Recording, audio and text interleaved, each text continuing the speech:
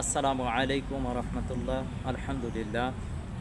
আলহামদুলিল্লাহ রাব্বিল আলামিন ওয়াসসালাতু ওয়াসসালামু আলা রাসূলিল কারীম ওয়া আলা আলিহি ওয়া আসহাবিহি আজমাইন, আম্মা বা'দু ফাআউযু বিল্লাহি মিনাশ শাইতানির রাজীম। বিসমিল্লাহির রহমানির রহিম। লিইউহিক্কাল হাক্কা ওয়া ইউবতিলাল বাতিলা ইলা আখিরিল আয়াত। সম্মানিত দর্শক ও শ্রোতা, আমাদের আজকের আলোচনার বিষয়বস্তু হচ্ছে ইমাম মাহমুদ সম্পর্কে এআই যা বলল, অবাক করা তথ্য। আপনারা জানেন হয়তো বর্তমান সময়ের আল্লাহ প্রদত্ত ব্যক্তি গজওয়াতুল হিন্দের আমির ইমাম মাহমুদ হাবিবুল্লাহ, মুসলমানদের আমির। আল্লাহ তাআলা ওনাকে মুসলমানদের আমির বানিয়ে পাঠিয়েছেন। মুসলমানদের বিজয় যার মাধ্যমে আসবে, যার কথা আল্লাহ রাসূল সাল্লাল্লাহু আলাইহি ওয়াসাল্লাম হাদিস শরীফে বলেছেন, যার কথা এতদিন আমরা আপনাদের সামনে বলে আসতেছিলাম। অনেকেই এই বিষয়টিকে গুরুত্ব দিচ্ছিল না। আমার স্পষ্ট মনে আছে, যখন 2019 সালের দিকে আমি ইমাম মাহমুদ সম্পর্কে অনলাইনে কথা বলতে লাগলাম, অধিকাংশ মানুষ ওনার ব্যাপারে শুনেই নাই, জানতই না ওনার নাম। কিন্তু দিন যত যাচ্ছে ততই ওনার বিষয়টাই স্পষ্ট হয়ে যাচ্ছে। আপনারা জানেন, গত মে মাসের 6 তারিখে বাংলাদেশের একটি দৈনিক পত্রিকা দৈনিক জনকণ্ঠে ইমাম মাহমুদ হাবিবুল্লাহর ব্যাপারে আলোচনা এসেছে। ইমাম মাহদির আগে 3 জন মহান ব্যক্তির আত্মপ্রকাশ ঘটবে। একজন হচ্ছে মাহমুদ, একজন মানসুর, একজন সোহাইব ইবনে সালেহ। আর এআই প্রযুক্তিতেও ইমাম মাহমুদের কথাটি বর্তমানে এসেছে। অনেকে হয়তো এআই প্রযুক্তির ব্যাপারে জানেন না। এআই প্রযুক্তি হচ্ছে কৃত্রিম বুদ্ধিমত্তা একটি প্রযুক্তি, যেটির পূর্ণ রূপ হলো আর্টিফিশিয়াল ইন্টেলিজেন্স।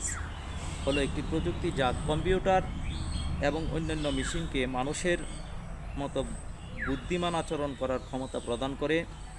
এআই এমন একটি শাখা যা মেশিন, সফটওয়্যার এবং অ্যালগোরিদমের মাধ্যমে তথ্য সংগ্রহ, বিশ্লেষণ এবং সিদ্ধান্ত গ্রহণের প্রক্রিয়া সম্পন্ন করতে পারে। মোহাম্মদ হাবিবুল্লাহ বিষয়টি এআই প্রযুক্তিতে সন্নিবেশিত করা মানেটাই হচ্ছে, এই তথ্য প্রযুক্তির ব্যাপার নিয়ে যারা আলোচনা স্টাডি করে তারাও ইমাম মাহমুদের বিষয়টিকে গুরুত্ব সহকারে দেখতেছে।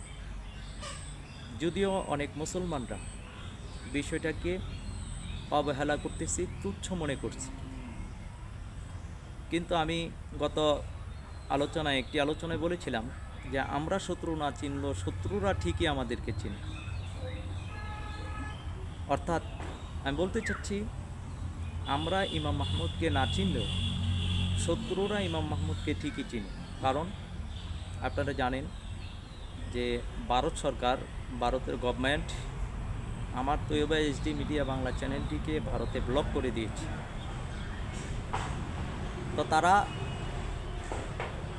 বলতেছে তাদের নিরাপত্তা, সার্বভৌমত্ব, স্বাধীনতার জন্য হুমকি স্বরূপ আমাদের এই চ্যানেলটি, যার কারণে তারা বন্ধ করে দিয়েছে। এমনটি হচ্ছে তাদের দাবি। এখন ইমাম মাহমুদ হাবিবুল্লাহকে তারা কতটুকু গুরুত্ব দিচ্ছে, যে ওনার কথা অনলাইনে আলোচনা করা, আখিরি জামানা নিয়ে আলোচনা করা, গজওয়াতুল হিন্দের বিষয় নিয়ে আলোচনা করা, সতর্ক করার কারণে রাষ্ট্রীয়ভাবে চ্যানেলকে বন্ধ করে দেওয়া, এটা কতটুকু গুরুত্ব বহন করতে পারে। অর্থাৎ আমরা মুসলমানরা যদিও ইমাম মাহমুদ হাবিবুল্লাহর গুরুত্বকে উপলব্ধি করতে পারি না, কিন্তু এআই প্রযুক্তি এবং এটি যারা রক্ষণাবেক্ষণ করে তারা কিন্তু ঠিকই ইমাম মাহমুদ হাবিবুল্লাহর বিষয়টি গুরুত্ব দিয়েছে এবং তারা সেটি উপলব্ধি করতে পারছে।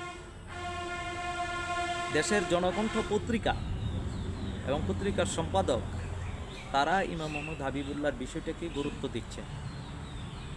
অনেক পাকিস্তানি ভাইরা দেখলাম ইমাম মাহমুদ হাবিবুল্লাহর বিষয় নিয়ে আলোচনা করে। ইন্ডিয়াতে ইমাম মাহমুদ হাবিবুল্লাহর বিষয়টি গুরুত্ব আর আরোপ করা হচ্ছে।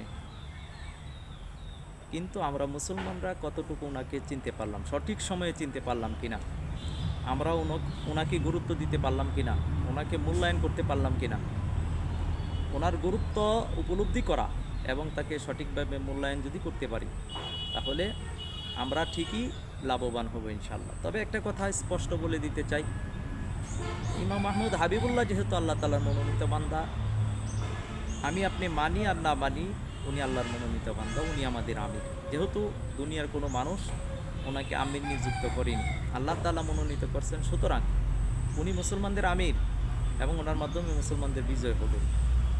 এমন অনেক পয়গম্বর ছিলেন যাদেরকে একজন মাত্র অনুসারী মেনেছে, একজন অনুসারী ছিল, এমনও ছিল যে একজন অনুসারী ছিল না, একাকী হাসরের ময়দানে পয়গম্বরগণ উঠবেন। তো ইমাম মাহমুদ তো কোনো পয়গম্বর না, উনি একজন আমির, একজন ইমাম, একজন মুজাদ্দেদ। তো তিনাকে না মানলেই কি উনি আমির বা ইমাম হিসেবে বাতিল হয়ে যাবে? না, কখনোই না। বরঞ্চ আমরা না মানলেও উনি আল্লাহ প্রদত্ত আমির, আমরা মানলেও উনি আল্লাহ প্রদত্ত আমির। আরেকটা বিষয় হচ্ছে, ওনার মাধ্যমে যেহেতু আল্লাহ রসুল সাল্লাল্লাহু আলাইহি সাল্লাম ঘোষণা দিয়েছেন যে ওনার মাধ্যমে মুসলমানদের বিজয় হবে, সুতরাং এটি বাস্তবসম্মতভাবেই আমরা দেখব যে ওনার মাধ্যমে মুসলমানদের বিজয়ের পথ সুগম হচ্ছে এবং আস্তে আস্তে বিজয় মুসলমানদের আসবে। এটা কাকতালীয় কোনো বিষয় না যে হঠাৎ করেই হয়ে যাবে, একদিনেই হয়ে যাবে, বিষয়টা এমনটি না। আস্তে আস্তে মুসলমানরা পরিস্থিতি প্রেক্ষাপট দেখবে এবং ইমাম মাহমুদ হাবিবুল্লাহর গুরুত্ব উপলব্ধি করতে পারবে। তো জ্ঞানী যারা বিচক্ষণ, যারা দূরদৃষ্টি সম্পন্ন, যাদের ভিশন ক্লিয়ার আছে, তারা উপলব্ধি করতে পারছে, ওনার দাওয়াতি কার্যক্রম দেখেই বুঝতে পারবে। যেমন মুহাম্মদ সাল্লাল্লাহু আলাইহি সাল্লাম যে মিশন এবং ভিশন নিয়ে কাজ করেছিলেন, ওই সময়ের জ্ঞানী যারা তার মিশন এবং ভিশন থেকে বুঝে নিয়েছে যে এই দাওয়াত একদিন সারা পৃথিবীতে ছড়িয়ে যাবে। ইমাম মাহমুদ হাবিবুল্লাহ যে দাওয়াত দিচ্ছে দ্বিতীয় বিশ্বযুদ্ধ এবং গাজওয়াতুল হিন্দ, সহজে এটা বোঝা যায় যে এই সময়ে এসে, এমন সময়ে এসে ইমাম মাহমুদ গাজওয়াতুল হিন্দ এবং তৃতীয় বিশ্বযুদ্ধের দাওয়াত দিচ্ছেন। সুতরাং এটি যে বাস্তবসম্মত একটি দাওয়াত, উনি যে তাওহীদের দাওয়াত দিচ্ছেন, উনি যে এক তাওহীদের দাওয়াত দিচ্ছেন, এককিলার দাওয়াত দিচ্ছেন, যখন মানুষ অজ্ঞতা এবং জাহালিয়াতের মধ্যে পড়ে রয়েছে, যখন মানুষ শিরক, বিদআত, কুসংস্কারের মধ্যে লিপ্ত, তখনই উনি নির্মূল তাওহীদের একত্ববাদের দাওয়াত দিচ্ছেন। জ্ঞানীগণই বুঝতে পারেন যে ওনার দাওয়াত, ওনার লক্ষ্য উদ্দেশ্য, ওনার কার্যক্রম সব কিছু কোরআন এবং সুন্নাহ সম্মত এবং বাস্তবসম্মত। সুতরাং আপনার এআই ইমাম মাহমুদের বিষয়টারে গুরুত্ব দিচ্ছেন, আর্টিফিশিয়াল ইন্টেলিজেন্স গুরুত্ব দিচ্ছেন, আমরাও গুরুত্ব দেওয়া দরকার, আমরাও উপলব্ধি করার দরকার। এটি ছোটোখাটো বিষয় না, অনেক বড় বিষয়। গাজওয়াতুল হিন্দের বিষয়টা কোনো ছোটোখাটো বিষয় না।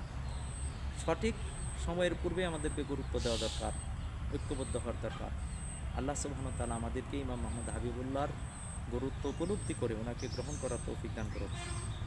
আমিন ইয়া রাব্বাল আলামিন। আসসালামু আলাইকুম।